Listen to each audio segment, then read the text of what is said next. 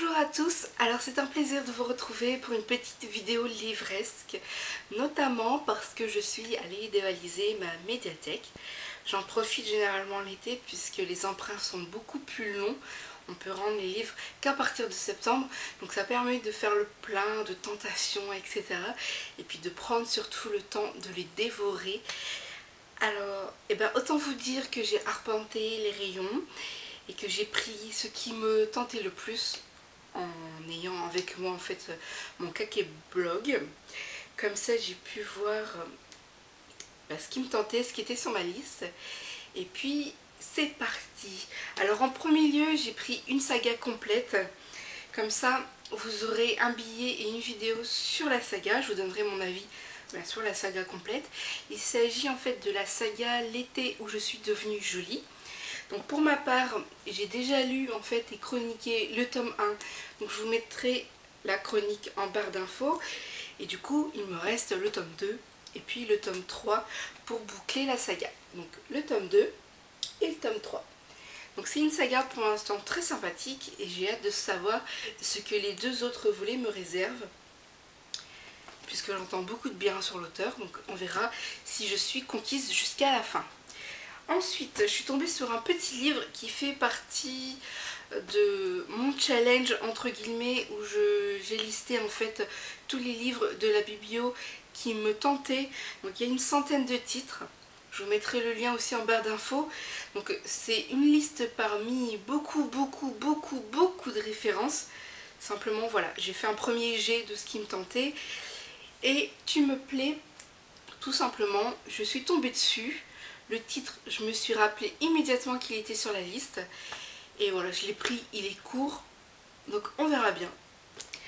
Ensuite, je suis tombée sur une couverture qui m'a beaucoup plu. Elle était très mystérieuse. Et j'avais le sentiment qu'il était peut-être question de magie. Donc j'ai pas lu le résumé, enfin à moitié.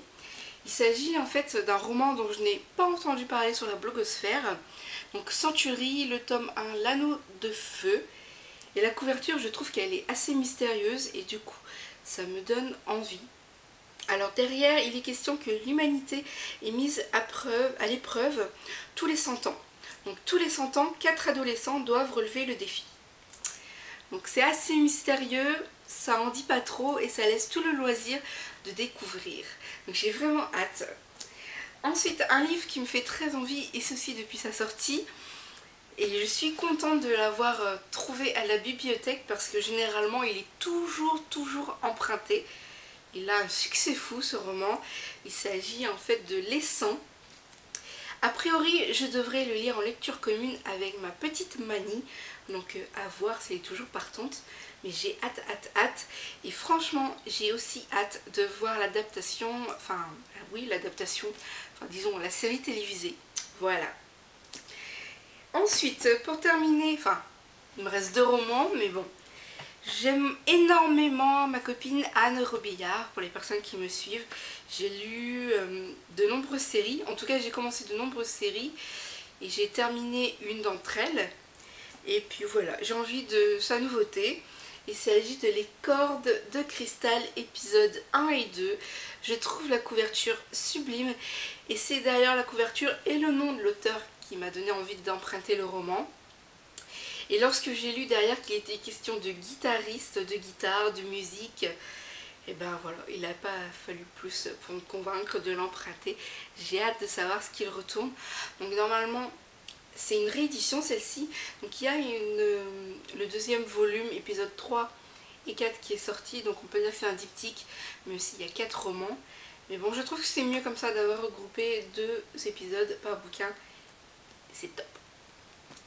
Et puis pour terminer, je termine justement avec un roman qui me tente depuis, je pense, sa sortie, parce qu'à sa sortie, il y avait eu de très bonnes critiques. J'avais vu aussi des gens râler un peu. Et en fait, il s'agit de Player One. Je le vois tout le temps à la bibliothèque, je passe tout le temps devant. Et je me dis, oh, il me tente, mais je l'emprunte jamais. Et là, je me suis dit, comme c'est les prix d'été, j'aurai le temps de le lire justement, puisque je ne le rendrai qu'en septembre. Je vais aller hop, je l'embarque et voilà. J'ai hâte, notamment parce qu'il y avait eu de très bons échos. Et puis j'aime beaucoup quand on est un peu dans le futur. Donc ici on sera en 2044 et j'ai hâte de savoir ce que ça va donner tout ça.